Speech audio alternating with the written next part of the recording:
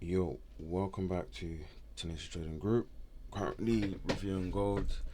So let's just see what's happened. So again, I'm gonna review the 8th, 9th, 10th. So currently 3 o'clock UK time. That'll be 10 a.m. New York time. But we can see that on our 1 hour chart price is bullish. And I mean we do have this area here where price might want to come back and tap into before shooting higher.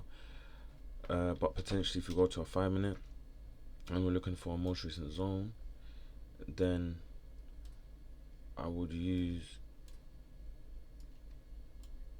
this area here.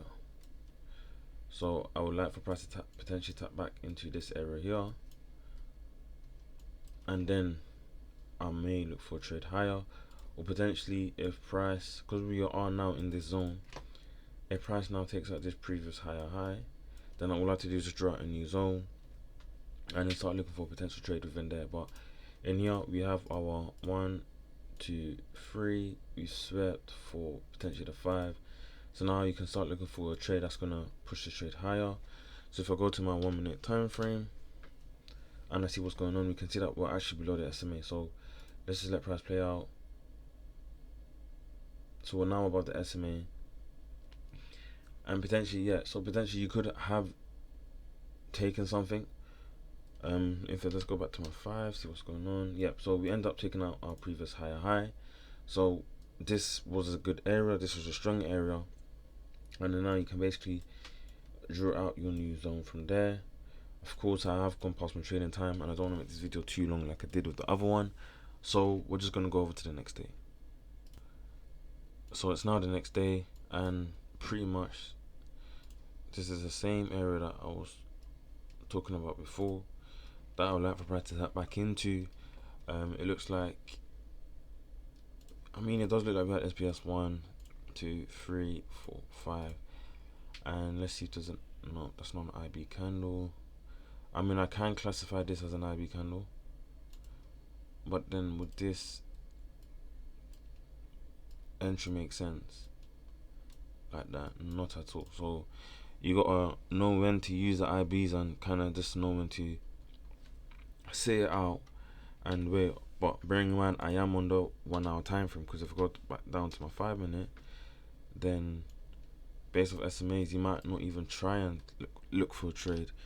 Based off the 12 minute, yeah, I mean 12 minute looks better, where we created a double bottom, and then now you might have been able to catch yourself a trade. But again, this is like 3 o'clock in the morning for me, so hence why I don't trade Asia or even try to look at Asia, because it just wouldn't make sense for me. But let's just go and see what's happened. So as price plays, we've tapped into this area that I was talking about previously.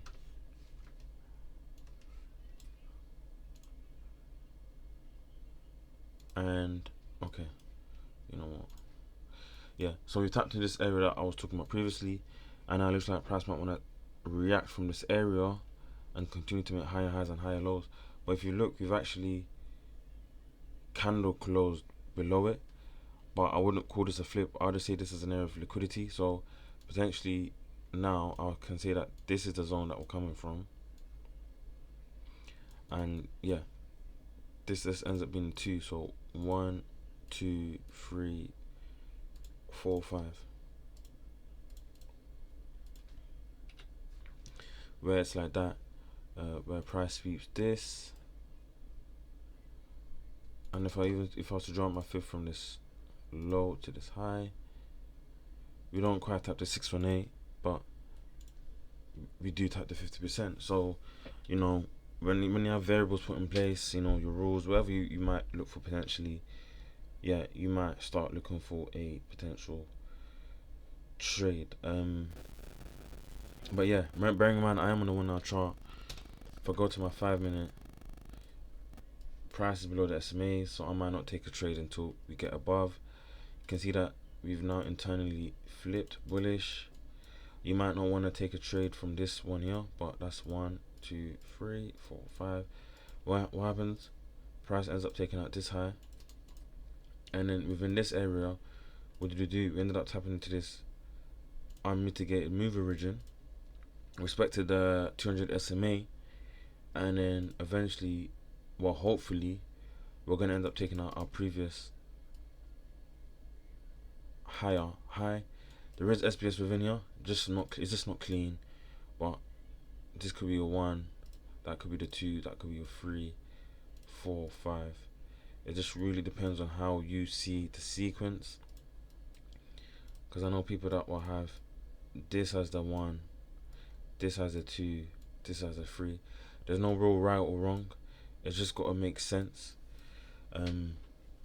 But yeah, so in hindsight, when you go over back to our 1 hour time frame, you can see how we've had a bigger SBS, we've had a bigger reaction, we've tapped into an area of supply and demand on the higher time frame. Then now that we're looking for a Q entry to help us take the trade higher, what do? We go down to our lower time frames, and then now within our lower time frames, we're able to now catch a trade. So now instead of me waiting for the 1 hour to do this, do that, do this, do that, now I've been able to get in at a earlier